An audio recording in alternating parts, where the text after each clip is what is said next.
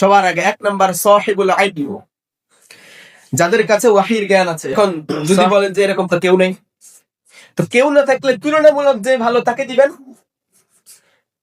যদি কেউই এই মানদণ্ডে উত্তীর্ণ না হয়, যে তুলনামূলক কম খারাপ তারা দিবেন। এটা ইসলামের মূলনীতি।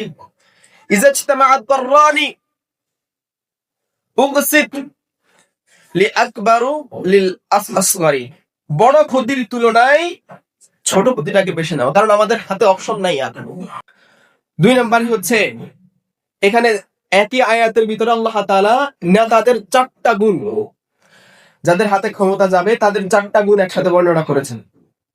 এটা হচ্ছে সাহিবুস সালাতি ওয়াজ যাকাতি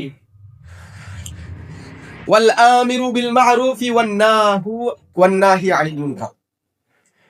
নামাজ আদায়কারী, যাকাত আদায়কারী, সৎ কাজের আদেশকারী এবং অসৎ কাজের নিষেধকারী। এরপরে আল আদিল, তাকে ন্যায়পরায়ণ হইতে হবে। যে নেতা হবে তাকে কি হইতে হবে? ন্যায়পরায়ণ হইতে হবে। কতটুকু ন্যায়পরায়ণ?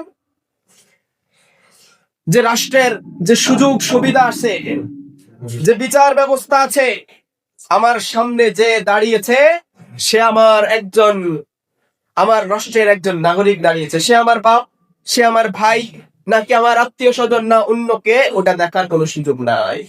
এরপরে সাহিবু ইহসাসু খাউফি মুলাকিল্লাহ, আল্লাহর সাক্ষাতের ব্যাপারে যার ভয় আছে। আখিরাতে আল্লাহর সাক্ষাতের ব্যাপারে যে ভয় করে তার নেতা বানাইলো।